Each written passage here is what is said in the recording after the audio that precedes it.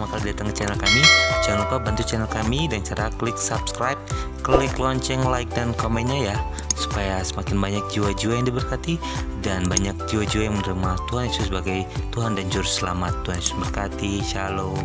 Shalom, saudara yang dikasih Tuhan, kita bertemu kembali di channel Berjalan Bersama dengan Firman.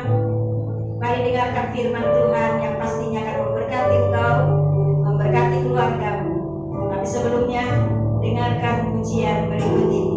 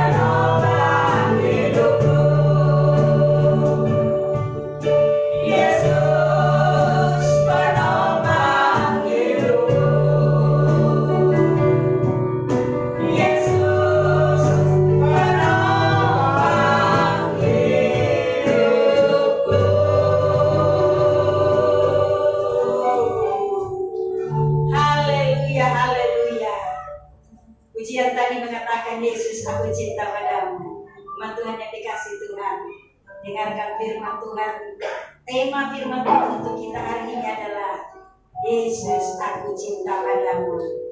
Dengarkan firman Tuhan yang terambil dari Matius 11 ayat 25 sampai dengan 30. Ajakan juru selamat. Pada waktu itu berkatalah Yesus, aku bersyukur kepadamu Bapa, Tuhan langit dan bumi, karena semuanya itu Engkau sembunyikan bagi orang bijak dan orang pandai, tetapi Engkau nyatakan kepada orang kecil. kepadamu. Semua telah diserahkan kepadaku oleh Bapakku, dan tidak seorang pun mengenal anak selain dari Bapa, dan tidak seorang pun mengenal Bapa selain anak dan orang yang kepadanya anak itu berkenan untuk menyatakannya. Marilah kepadaku semua yang letih lesu dan berbeban berat, aku akan memberikan kelegaan kepadamu.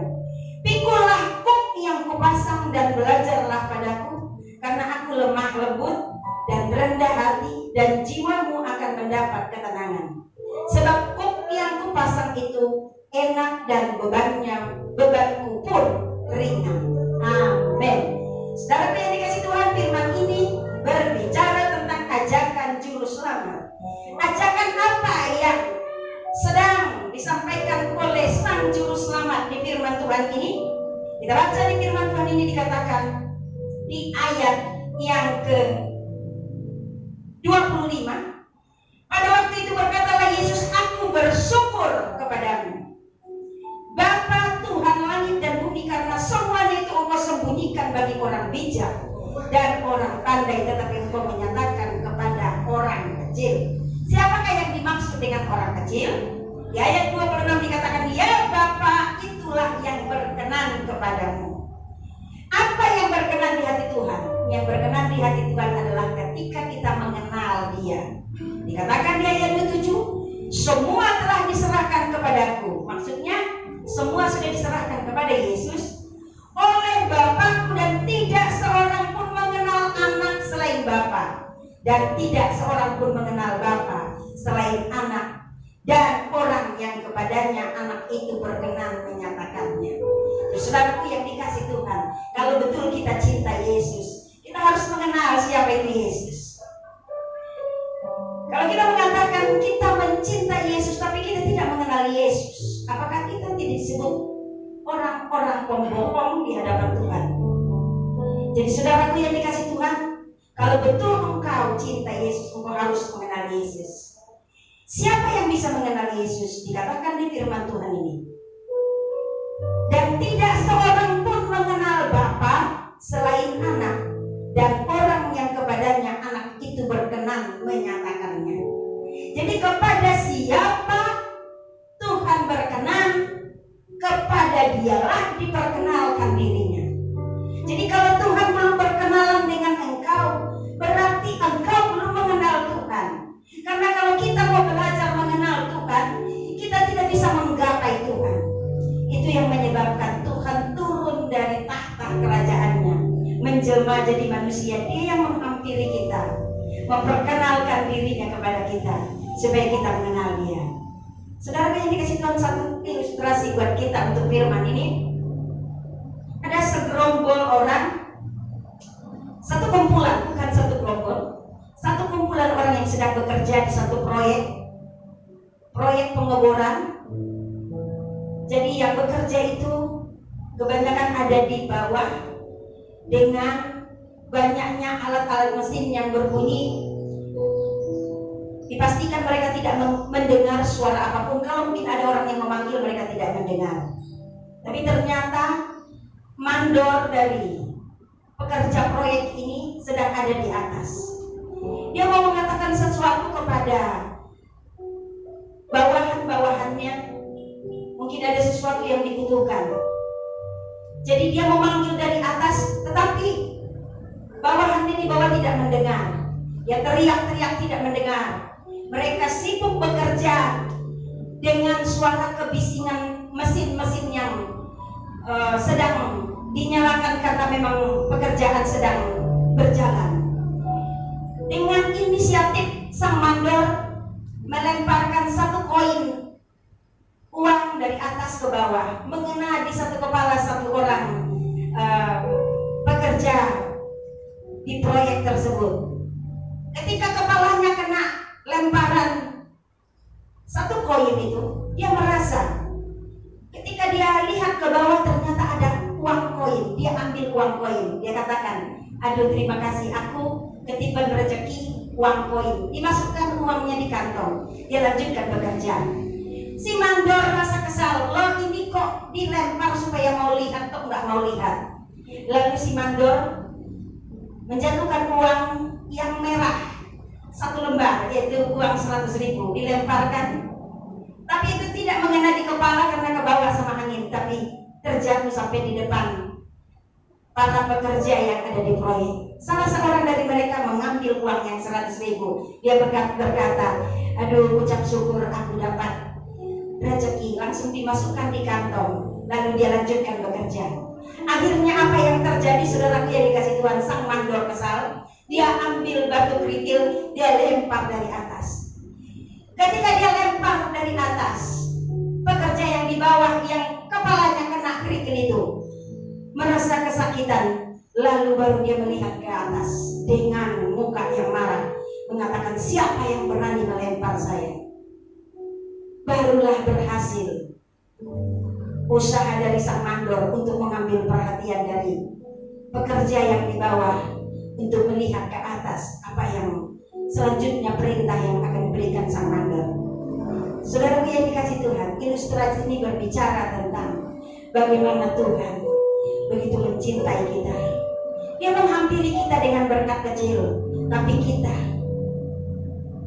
menyepelekan kehadirannya lewat berkat kecil. Dia kasih berkat besar, tapi kita juga tetap mengesampingkan Tuhan, mengatakan kalau uang ini ku dapat hasil kerjaku bukan dari Tuhan.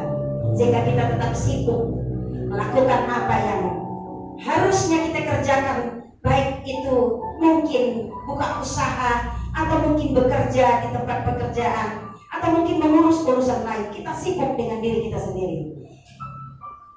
Jadi saudaraku yang dikasih Tuhan, karena Tuhan begitu mencintai umat Tuhan, baru Tuhan lakukan sesuatu dengan inisiatifnya. Dia lempar dengan kerikil kecil supaya umatnya mau menatap kepada dia dan berkata, Yesus, aku cinta padamu. Jadi saudaraku yang dikasih Tuhan, jangan tunggu sampai Tuhan lemparkan kerikil kecil.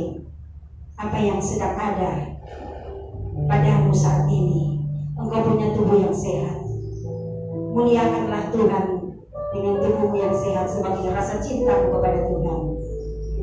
Apa yang ada padamu, engkau punya keluarga, ajak keluargamu menyembah Tuhan.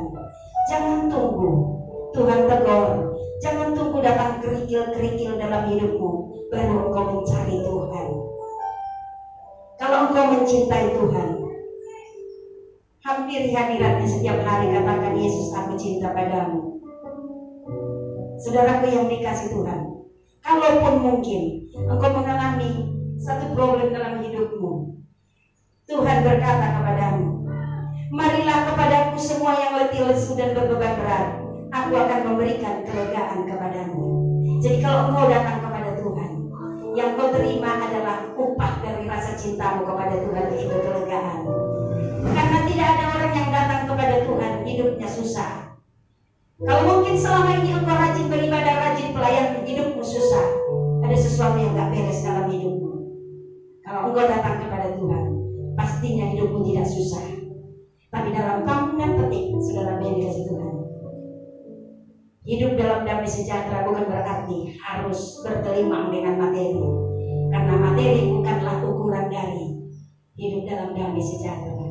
Jadi saudara yang dikasih Tuhan, mari datanglah kepada Tuhan. Tuhan mengundang engkau datang kepada Tuhan. Jangan cari-cari alasan untuk datang kepada Tuhan. Mulailah sekarang tunjukkan rasa cintamu kepada Tuhan. Jangan lagi sibuk dengan kesibukanmu sehingga kau menyepelekan kehadiran Tuhan dalam hidupmu. Ayo hampiri Tuhan setiap hari. Jadikan ibadah, jadikan memuji menyembah Tuhan menjadi kebutuhan. Sehingga ketika engkau mengalami masalah, Tuhan berkata bahwa kuk yang engkau pasang itu enak dan bebanku pun ringan. Jadi kalau engkau menghadapi masalah, bukan engkau yang memikul kukmu, tapi Tuhan yang akan memikul. Tetapi kalau engkau tidak datang kepada Tuhan, bebanmu tetap menjadi bebanmu, masalahmu tetap menjadi masalahmu. Tapi kalau engkau datang kepada Tuhan, wujudkan rasa cintamu kepada Tuhan, maka Tuhan berkata, masalahmu adalah masalah Tuhan, kukmu adalah kuknya Tuhan. Itulah arti yang Tuhan katakan di firman-Nya, bahwa pikullah kuk yang kupasang, karena kuk yang aku pasang ringan dan enak. Mengapa ringan dan enak? Karena Tuhan yang memikul, bukan kita. Jadi saudara yang dikasih Tuhan, katakan kepada Tuhan, Tuhan mulai sekarang aku mau mewujudkan cintaku kepadamu. Aku akan menjadikan Engkaulah segalanya dalam hidupku. Aku tidak perlu menerima teguran dari Tuhan, tapi di saat-saat sekarang cintaku akan semakin dalam kepadamu Yesus.